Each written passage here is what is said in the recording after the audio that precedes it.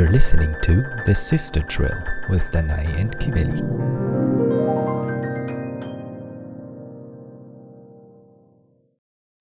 Hello and welcome back to The Sister Trill. I'm Danae. And I'm Kiveli.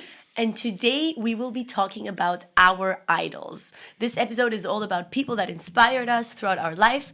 But before we get further into it, we will first talk about what we disagreed on this week. So, Kiveli, what did we disagree on? So actually, my disagreement is about this episode. Basically, when we were talking about how to structure like this idols episode, I realized that there are lots of people that I feel have influenced me, that I've looked up to, that I admire. So I was like trying more of an approach of like, you know, the people that come to mind, and you were more of like a top 5. You want like the top 5.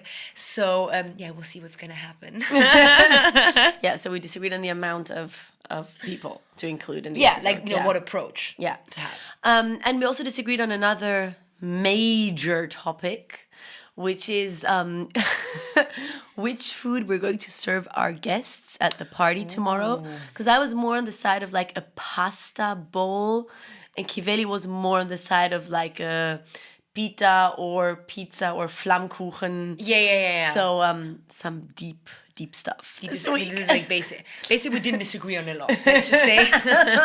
Basically, it was very difficult. I think I found increasingly with this segment, like what did we disagree on, very difficult to find things that we disagree on. That we actually disagree on. Worth mentioning. Yeah. I mean, sometimes there Sometimes are some there is real something things, like small. Sometimes there are some funny things, like Yeah. when you mentioned the geographical position or the Yeah, lying yeah, in yeah, bed yeah. or sitting at a Yeah, table. yeah. And sometimes it's just stuff like today. Yeah.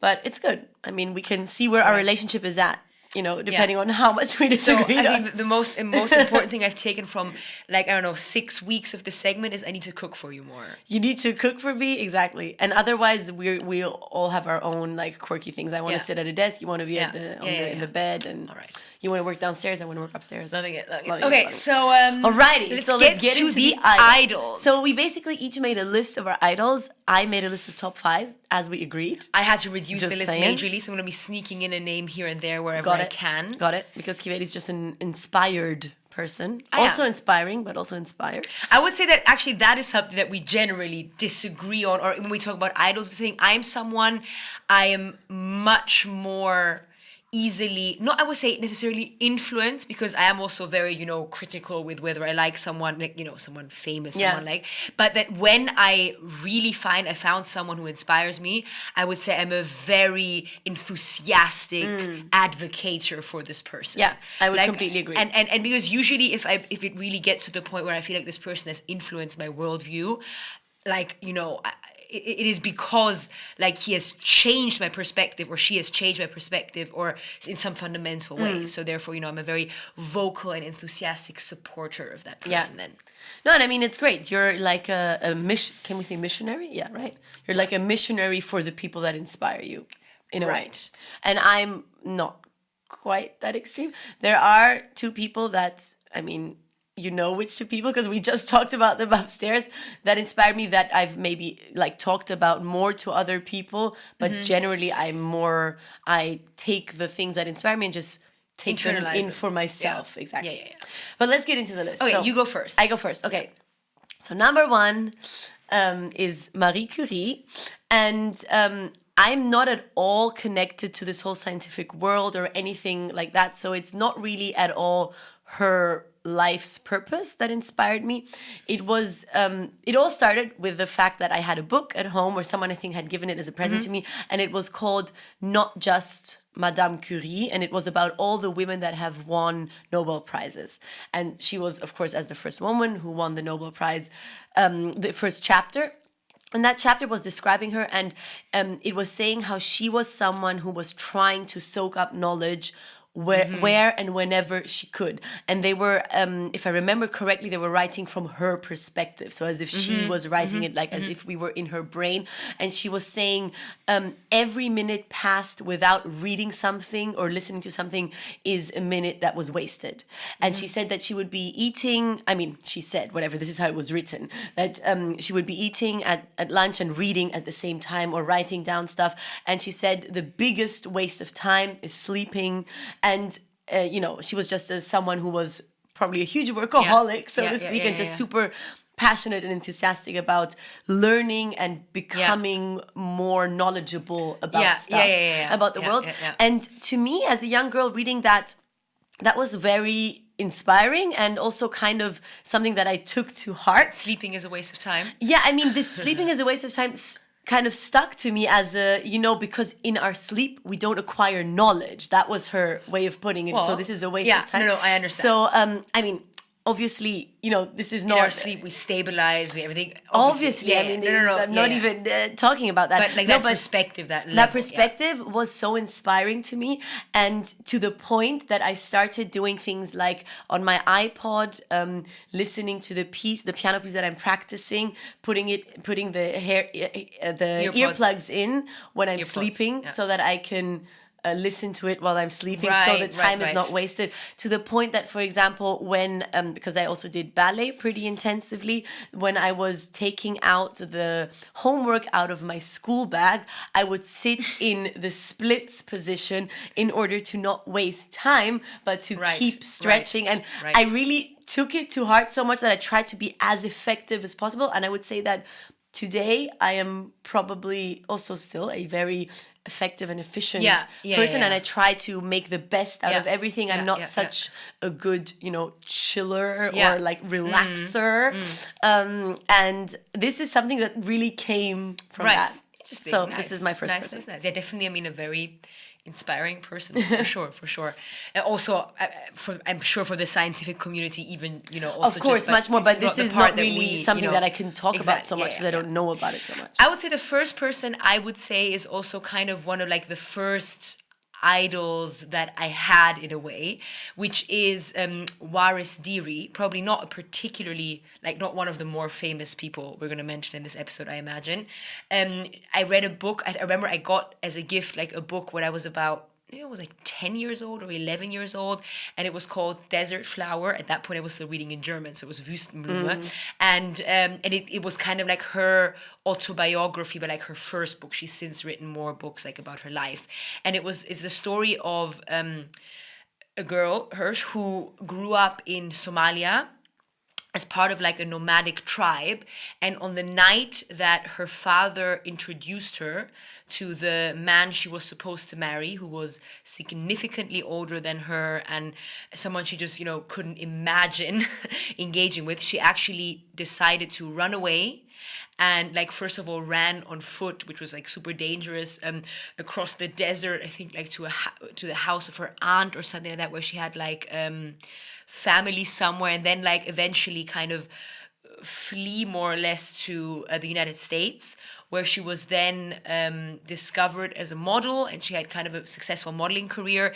But especially what she's then was known for was that when she was young, still as part of her tribe, she underwent a procedure that still exists, is quite common around the world, that is horrific, but, unfortunately quite normal in some traditions, which is female genital mutilation, basically, female circumcision, and a procedure that she obviously suffered tremendously from in the future, like in the course of her life, and she became a very, very vocal advocator against this procedure, and kind of spreading the knowledge how common it still is, even in well-developed countries, that they're just cultures that uphold this tradition.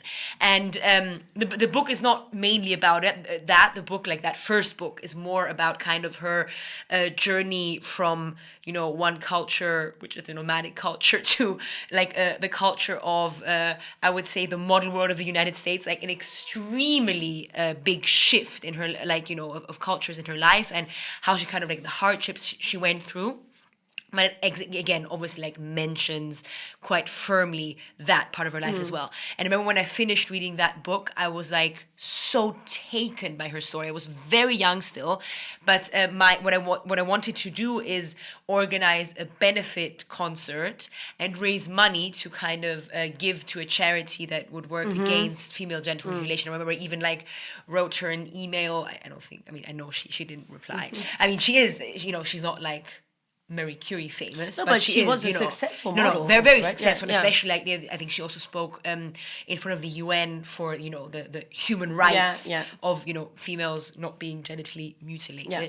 So I think she was one of my first like idols. Also, like her life story really inspired me, and also I would say the first, I would say, human rights cause I ever felt connected to. I mean, since, you know, I there were many other things that I kind of, you know, felt, you know, I had this very like generous kind of wanting to save the world type of perspective, especially when I was younger, and that was the first cause that kind of got to me. And I was like, wow, I wish I could help somehow. Yeah, I understand that.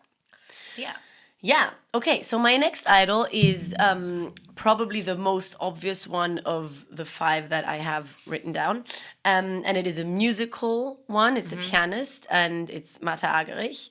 And I mean, for all the musicians out there, you obviously know her, and for anyone who's not a musician, she's probably the most famous and successful female pianist. Right? Yeah. That's fair to say. I would say, and her whole life story had already fascinated me at an early age.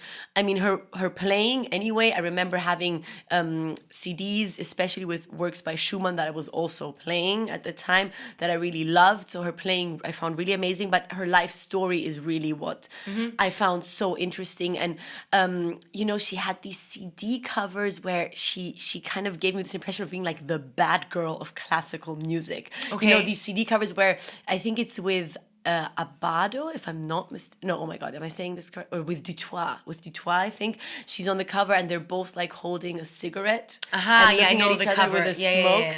yeah. And you know, things like that. I just always have this feeling like she's so cool. You know, she has this cool air about her. And also, you know, since I read a lot about her biography and everything, you know, there's this new book that came out, I think 5 or 6 years ago about her. She really didn't care, you know, what people expected from her or wanted from her. She just did her own thing. Yeah. For example, when she did her first CD with Deutsche Grammophon, which is a huge label, she said, listen, I'm just going to play through it. You know, no takes, nothing. And she played through it, and the engineer was like, can you maybe like just do a safety take? Okay, safety take, done. She's like, this is how I'm playing it. I'm not going to start recording like a crazy person. You know, things like that, just so secure, so confident. Or she went to, I think it was Chopin competition or another competition without having practiced for 2 years. Without having touched the piano for 2 years. And she was just like, yeah, okay, I'm just going to play. You know, she never tried to be a superstar. She never tried to be famous. She's just this incredible genius, incredible talent. Obviously, she practices a lot, like technically until today, because she's still alive. She practices and she's famous for, you know, from presenters always tell me these stories or other musicians that have played with her. She practices everything slowly. She practices the technical things. She's really fit. You know, it's not like she has this God-given technique. She practices, but at the same time, she's extremely talented and gifted. I just find her whole story cool. She has, I mean, not that this is admirable, but she has 3 kids from 3 different men. You know, just shows how little she cares about society. She just does her thing and just enjoys life. And I think she has really lived a full life. And I think in classical music, you could also say that she really has like a superstar status. She's one of the few people that I've lived in a concert that before she plays, she gets standing ovation or she gets bravos before she's even started to play. So, yeah. No, totally get it. Totally. I agree. Definitely a very inspiring person. So the next one I would say would be Angela Merkel. And not necessarily because like I love all of her policies or anything like that. It's not even about the policies, whether I support them or not. It's just this, first of all, like the life story from someone who grew up in the GDR to then become, you know, such an advocator for human rights and for openness and, you know, letting in foreign people and progressive thinking kind of. I find that incredible. Just like, you know, how really, you know, she went all the steps she had to finally become the chancellor against, you know, against many odds, Yeah. you know, and like to be like the first female chancellor of Germany. And but probably the most incredible thing, I just find the stability that she provided for Germany really through thick and thin. I mean, she's now been the chancellor for 15 years or something, right? Or 60. 50, like for a very long time. And she went through the financial crisis, refugee crisis, corona crisis. And it doesn't even matter, you know, where you fall on her policies, but like she has never had a slip up. She's always prepared. She's always calm and collected. She's always, you know, very careful with her speech, but not at all, you know, harmless, or it's not like she's careful and therefore saying run-of-the-mill, middle-way generic things. She always has a very clear opinion. She has very clear principles that she never budges from. You cannot, you know, like kind of talk her into an emotion or aggressive or kind of response. And I mean, I find it remarkable in a field as, I would say, unfair and sensitive as politics, to basically not have a single scandal in terms of her personality. You know, like it's just incredible. It's just she's untouchable in a way because of the way she's conducted herself. And I mean, I'd say in terms of like a person, like temperament, she couldn't be more different than me, you know. But I found it remarkable ever since I knew she existed. And I think I kind of grew up with her as the chancellor. You know, remember Schröder before, but she was kind of, you know, the person I grew up with. Totally agree. And I also think about this more and more now because, you know, there are elections coming up for us in the autumn in Germany, and she has said she's not going to stand for re-election, which is, I feel like I don't know what's going to happen in Germany. It's totally the end of an era. It's the end of an era, and I think that she, again, no matter what you think about her policies, she's going to go down in history as one of the most influential figures, you know, in this pivotal time. Yeah. And and I think, you know, she's earned her position from all the perspectives. Yeah, I totally agree with you. Very, very inspiring idol. Yes.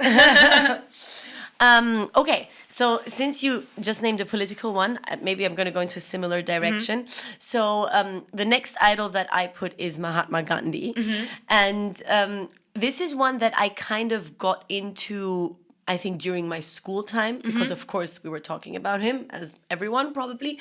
And I remember that I watched this movie about him. Where it was we watched it together. Right? Yeah, maybe we watched it together. Yeah, who was the actor? I forgot. Who was playing him? I forgot as well, but I know. Yeah, I know. It starts with his burial, right? Exactly. Like the movie starts with his burial scene. Yeah. Exactly. And it said like he held no political office, he held nothing, but here we are at his burial, and like, you know.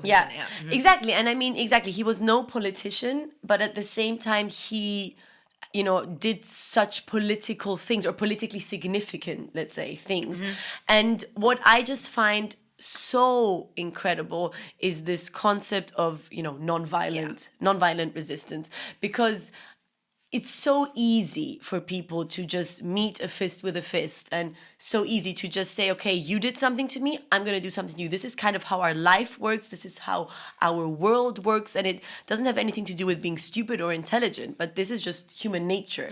And I feel like he somehow tapped into something inside of us that is not innately human nature. It's like kind of our better nature. Exactly. It's like the higher self, something, I don't know if it's something spiritual or what it is, but it's something incredibly valuable and special. And he lived it with his entire being, and, you know, inspired so many people to go there with him. And as I'm talking about this, I'm getting goosebumps, because I really believe that this is, you know, something so special. And if there were more people like him, the world would be such a different place. And sometimes I try to, you know, in situations where I feel treated unfairly, I try to sometimes find my inner Gandhi, you know, and I'm just like, you know, it is unfair, but no need to fire back. Just try a different approach. Actually, my next idol is like absolute on par with that, which is Nelson Mandela. And I remember when Mandela died, I was already studying, and I went out and like and I bought his autobiography. And it's like this long, like, it's this kind of big book, and I remember I like dived into it. And I mean, with him, what I just find even more kind of extreme is that he went to jail for so many years, and when he came out, he kind of picked up right where he left off in a way. And I have to say, like, it's for the same reason that this whole non-violence approach, everything, man, it's exactly the same. And I just, the people that are willing to go to jail for what they believe in. Yeah. I find that incredible. Because because it's very easy in hindsight, when they become national heroes and you talk about them like, wow, this is the most important person. Absolutely. Of that kind of, it's very easy to be like, yeah, of course you should go, you should fight for what you believe in. But I mean, try first to be the person that takes into account going to jail for years and years and years because you didn't, compromise on your beliefs, on the right beliefs, Yeah, so, I mean, and there are obviously many people throughout history that have done that, and like clinged on to their beliefs. But I always find that, I mean, it's kind of the ultimate, human sacrifice. Yeah, and absolutely. And I mean, also what a change he created. Yeah. I mean, there was a huge result. Yeah. So my next idol is, again, one connected to music, but not classical music. It's French chanson singer Edith Piaf. And this one, I think we were introduced to at the same time, because I feel like we watched La Vie en Rose at the same time. Maybe also for me, I feel like I had a bit of a connection with her before because our father used to always sing Non, je ne regrette rien to me before I went to sleep.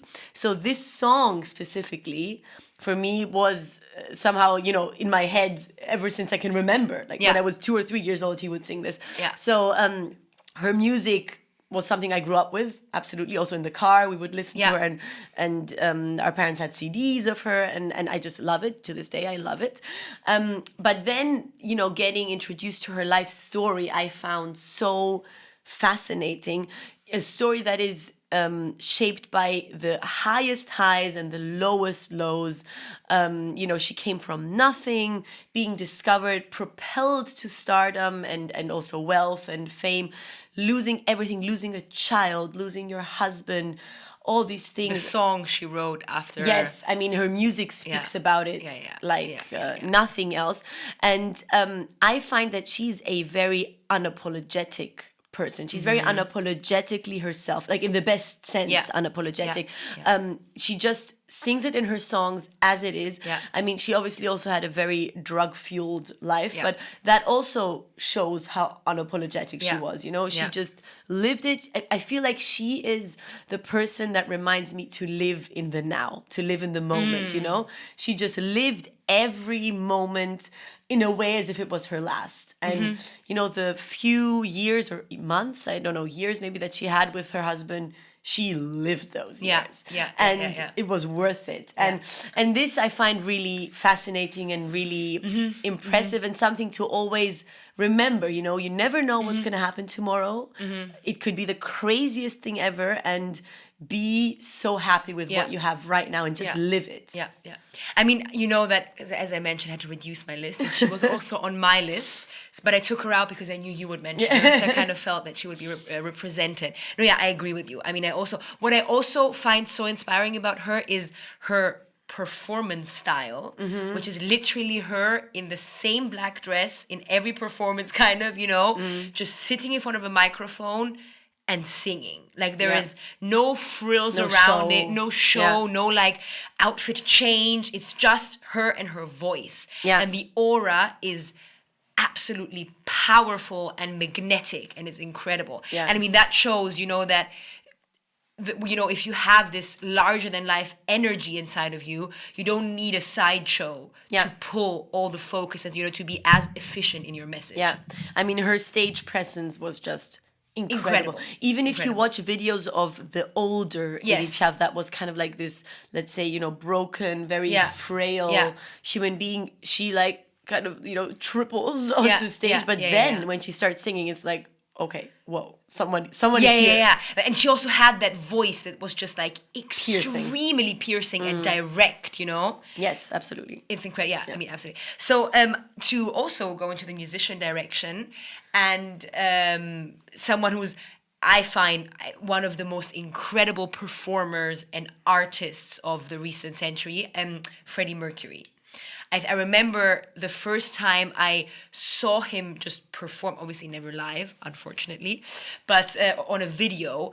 I mean, it's just, it is larger than life. I mean, it is larger than life. And what struck me is just like the definition of authentic, and authentic in the moment, you know, like the amount, like you can see literally he's like kind of his real self is just flowing through him, and it's his real stage self.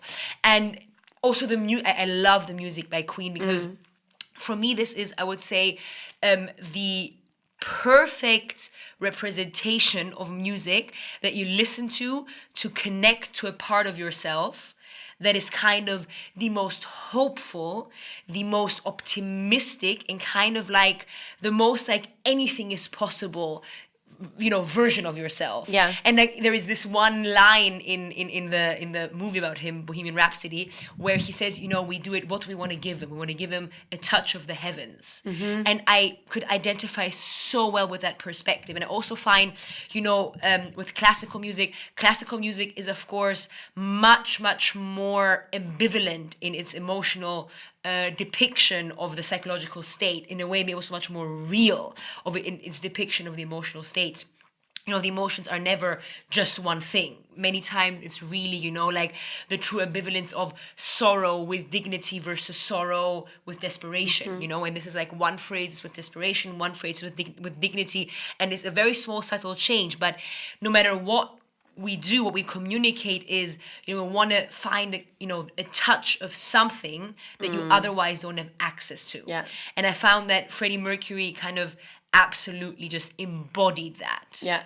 And I mean, I can watch same performances of his again and again and again, Yeah. and it never gets less inspiring or less moving. Yeah. Yeah, I can totally relate to that. And also, wasn't he kind of like a pioneering person in, like, you know, normalizing being gay and things like that? Or not really? I mean, I don't want to, I'm not 100% informed of that. I feel that what I read was actually kind of that he never publicly he was admitted closeted. to it. Oh, okay. And then it became public knowledge only after he died. Oh, okay, But okay. I'm not 100% sure about it. I don't want to, like, you Okay. know, declare that. But I feel like it was almost sort of... Okay. In a way, like, it's not like he didn't live his life, but he never, like, you know, he never became like He was also a married, mouthpiece right? for... Like, officially. Or living with a woman? Like, living there was with a some man, cover up. living with a man. But no, he actually he was engaged definitely to a woman way in the beginning, and actually he left like all his stuff to that woman, and he said that in like... So I don't remember exactly what the quote was, but he said something like, "It would have been yours anyway," or something like that, as if like she would have been his wife. Yeah. If he hadn't been a homosexual. Got it. Yeah. So No, but of course, a very relatable choice, I would say. So my last choice is my most current idol, and it's actually a couple. Probably the least famous. They're called Mimi and Alex Ikonn, and they are two entrepreneurs coming originally from the Soviet Union, also coming from basically nothing, very poor backgrounds, and their families moved to Canada, which is where they grew up since, I don't know, the age of 8 or 9.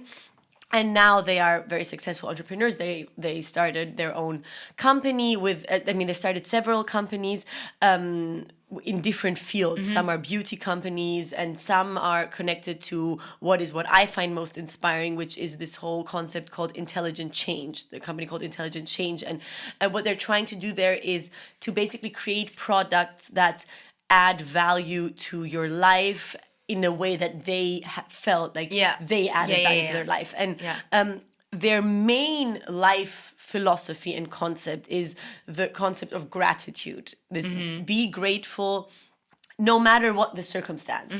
And they describe it in the way that, you know, when they had nothing, they would go on gratefulness walks, which is what they called it, together, go to the park, to some beautiful place, and on these walks talk about what they are grateful for. And they were broke, they had nothing. So, you know, where other people say, oh my God, I have no money, I'm going to stress now, they went on gratefulness walks and were like, I'm grateful for this, I'm grateful for that. And the whole philosophy is that from gratitude comes, many things can prosper, and things come from that. And if you are not grateful for what you have, then nothing more can come. Yeah. And this, when you hear it for the first time, seems like a counterintuitive concept, but I really, really believe in it. And it's also connected to this law of attraction. For anyone that knows about it, that's a bit more famous. And I really believe in it. I know that I have managed to get to so many things with this mentality, and they have created a product that is called the 5-minute journal, which is something that I use every day or almost every day. And it's basically a journal where in the morning you write down 3 things that you're grateful for, very simple things, like even if it's just your health or a good night's sleep or anything. And then in the evening you write down 3 amazing things that happened today. And basically it's there in order to get your mind into a positive mindset, because at the end of the day we always remember the bad things, and these are the ones that stick to us. But the idea is to go to sleep with good things on your mind and to wake up with good things on your mind. And anyway, there's a lot more to it, but I don't want to get into it too much.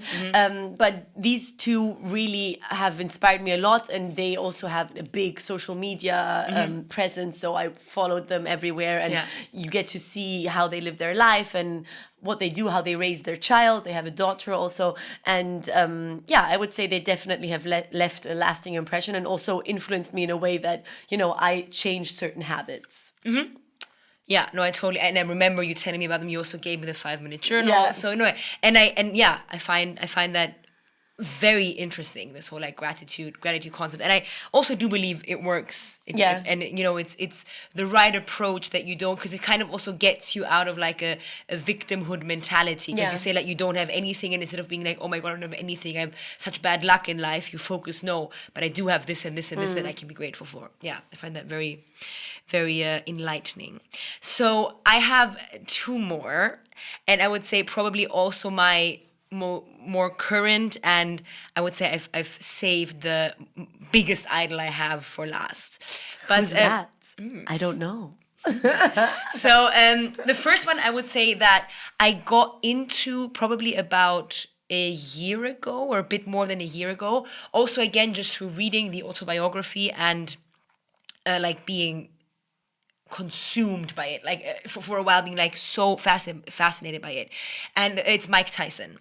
And I would say I always was, like, also as a child, intrigued by this, like, boxing and martial arts. I was always very intrigued by it, but because like there was no connection to it in our family ever, like there was nothing, no way with which I actually came into contact with it. It was always very peripheral. I never really actually got into it. I remember like went to karate class once when I was younger and loved it, but it was always, but I'd always had that intriguing attitude towards martial arts in boxing.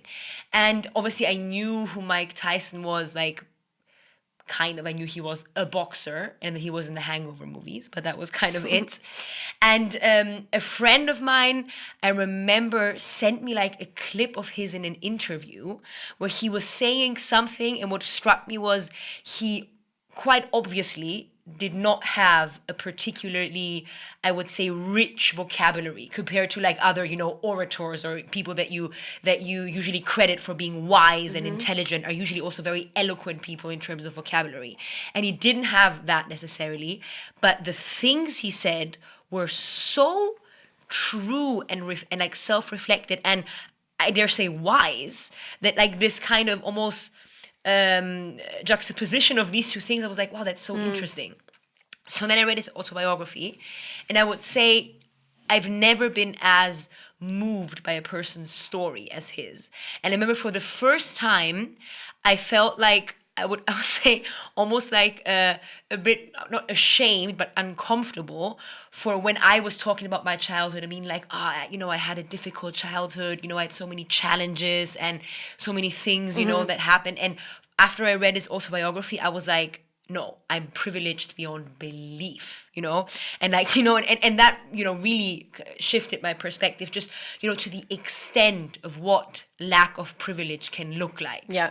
Yeah. And what I find just the most inspiring thing about him is not just his path that I would say is a similar path maybe from many successful fighters, which is like the path from nothing to heavyweight champion of the world, that obviously just involves an unimaginable amount of discipline and resilience and kind of voluntary adoption of literally being hurt again and again and kind of becoming better because of it.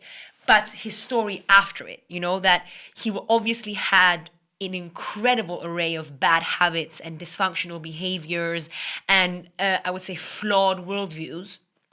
And he managed just, through being honest with himself to change in a way that I would say few people ever manage in their life to change, to make such a 180 shift and become so self-aware that I believe that's where his wisdom comes from. Another person I really find, another idol of mine, Carl Jung, has this one quote that I really value, and he says, "Beware of unearned wisdom," kind of saying, what I also believe is kind of sometimes an issue of our generation, that we have so much wisdom readily available on the internet, quotes and literature and stuff like that, but we don't really have the time to emotionally catch up to that wisdom. So we kind of have lots of knowledge, but not a lot of wisdom. And I would say Mike Tyson is an example of a person who has everything he knows he's earned, and therefore the things that he knows, I mean, he's like almost a sage in them. So I find him to be an incredibly inspiring person because of that. So yeah, shout out to Mike Tyson if he ever hears that. And the last person, The last one, drum roll. I would say probably the person who has shaped my life the most in terms of also changing habits and things like that is a Canadian clinical psychologist, and I would say at this point more of like a philosopher, Jordan Peterson, who has had, skyrocketed into the public eye in the past, I would say about 5 years. And I'm sure that many of you are familiar with who he is, and probably also the more controversial side of his figure, which is unnecessary, I find. But what inspired me so much about it is he managed to verbalize and explain things that I felt I always kind of knew to be true, but I couldn't find the right way to explain it, the right words to explain it. Things that, and because he obviously has thought about them for his entire life, like these, he's first and foremost a psychologist, he's done psychological research, he was a therapist for a very long time, he wrote books on psychology, and kind of a self-help book type thing. He obviously had many years to formulate these opinions, but the way he approaches the worldview when it comes to, how you engage with the world, what are the strategies to make your life happier, more fulfilled, kind of the burden of life easier to carry.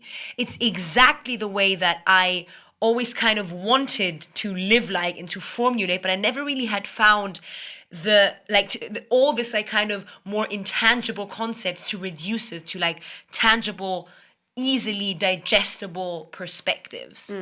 And again and again, when I listen to his material, either if it is his lectures that he's put online from years ago when he was a professor at the University of Toronto, or whether it is debates where he's obviously having to defend his positions on some controversial topics, or whether it is just like his opinions on certain matters of human psychology, I always find myself coming away from it so much more aware of who I am, of who I could be, and kind of more enlightened, more knowledgeable, and always not with the focus of a kind of trick cure, like do this and your life is going to be better, but like always reestablishing that I need to do the work. I have the power, but that also means I have the responsibility to put in the work. And of course, the other thing I admire is just his incredible, intellectual prowess, how quickly he can, formulate a truly complex point of view. And I think that, in a time where he has been attacked so much, and there's so much effort has been put into discredit his opinions, either by trying to attack his character or kind of make him look foolish. For him to manage to always, keep his wits about him and make his points so clear and so, I would say, true to the true nuance of topics, and at the same time never lose his composure. I find that just incredibly fascinating, and I think a very, very important figure in the, I would say, media landscape of our time. Yeah. Yeah, for sure. I mean, you were definitely influenced by him a lot, in the sense that you also, for example, gave me his book as a present, and also many of your friends. Yes. And I think it was the you only really book wanted I've ever to share, Yes. the knowledge that you found valuable, and I mean, which is valuable, with every important person around you. Yeah. So I mean, if you haven't checked out, any of his videos, it's really, I mean, I promise it will add so much value to your life and make you feel so much more empowered and like you have the tools to make the change that you want to make, whatever that change may be. Yeah, so this kind of concludes our list of idols. We had 11 idols in the end. Kiveli snuck in a sixth one. Now let's get into the stories that we're going to say about each other. Okay, you start. Okay, so I have kind of just a funny story. It's not really connected to an idol, but it's connected to a celebrity. So I thought it could be good for this episode. And basically the Christmas before that, I gave Kiveli as a Christmas gift 2 tickets for her and me to the Magic Mike show. Loved it. In Berlin, which is a show based on the movie Magic Mike with Channing Tatum. And since it was the premiere, Channing Tatum was also there. And what I found so interesting is this whole, situation that is being created when not an idol, because I mean, he's in no way our idol. But just when a celebrity is, in the midst of people. Yeah. Because what happened was he was not on stage doing the show. He just presented it and then was in the audience. And by chance, he was actually very close to us, basically like a couple next to us, like right next to us. And we first of all, I caught us, always like looking over, and although he wasn't at all doing anything, just kind of dancing around, and instead of focusing on what's happening on stage. And then I remember this one instant where many people in the audience noticed that he was there, and suddenly, I don't know if you remember, half the audience basically was like turning around and like partying towards him, and he said, "Look at turn them. around, like look at the show, look at the show, like don't look at me." And I just thought that was an interesting thing to put in here, how like when you idolize someone or just think this is someone special for whichever reason, you sometimes fail to see what is happening right next to you, because you're just so focused on it. I remember but it was a fun night, sister night out. It was a fun night. It was very nice. And my story is not that much of a singular story. It's just something I find so interesting about you, because I think you love these movies about these like very, very intense artistic personalities. And I would say like whenever you watch a movie that you really find, specifically interesting, you, I don't know, idolize this artist for like a phase. Like, remember you watched the one about Johnny Cash. There was this one time you watched this movie about Hector Lavoe. There were, I'm sure, others that I'm now. The one about what's the one that, not Conte Partirò, the one French guy, and then the song was taken by another, and then it was made famous by an English guy. Yeah, by Frank Sinatra. Exactly. My Way was My Way. Yeah. And con l'habitude. Con l'habitude. Yeah. So anyway, con l'habitude. Right. Yeah. So like these things, and I find it so interesting because mostly the type of artists that you admire and that you then are so inspired by is like exhibiting characteristics that usually you would, I would say, frown upon if you were to meet someone like that, infatuation with extremely extreme states of being, whether that is drugs or, a very unapologetic, uncompromising type of living, which is something that usually you would not necessarily want like for Edith Piaf also. Exactly, for yourself or children or your friends. Yeah. And I think that is another interesting thing that many times what we find to be incredibly inspiring and I would say what we idolize are also things that we would never dare to live like ourselves, but somehow like hold almost like human, spiritual, hopeful kind of truth to it, like kind of someone living their identity and like living out their desires 100% no matter what. And it's an interesting thing, like, to kind of distinguish between things that we tend to idolize and things that are kind of, lifestyles that make us happy and that are actually feasible in our life. Exactly. Yeah. And what I have to actually to think about one quote from Mike Tyson, one of the things that are just so spot on that I thought about a lot. And he says, you have to choose in life whether you want to be good or you want to be great. And that being great often excludes being good. Not necessarily, but it often excludes being good. And that he said that for the first half of his life, he was focused on being great. And afterwards, he understood the value of being good. Yeah. And I think that is kind of a very nice way to kind of put it, that many times we look up to people that are great. Yeah, absolutely. And I think as an artist, especially, for me, I'm so intrigued by this artist's life biographies that are, often also like these epic movies. Because, of course, there is something about this, as you put it, like great artist that is so inspiring, that is so special. And in the end, this is what art is, putting your life in. Courage also. It's everything, it's courage. It's just being in the extremes. And of course, this to me is like, wow, this is what I want to convey too. But of course, I also want a happy life. And this is the thing. These lives are not happy lives. I think they're extremely happy and extremely sad. Exactly. They are, they've seen it all. But if it's happy, I think that's a whole different story. Yeah. And it's very interesting. And we've also talked about this often, what should we aspire to? Should we aspire to the extreme life or to the... It's hard. And maybe, is there a way to have both? Yeah. Maybe. Yeah. But you're right. I really love these types of movies and books also. Yeah. So this concludes our Idols episode. And the next episode, we are going to talk about kind of the pros and cons of being a woman, a female in the entertainment industry. Exactly. So stay tuned for that. Of course, our experiences, whether we felt that it was more a pro or a con in our lives up to now. So stay tuned for that, and we'll see you next week. Bye.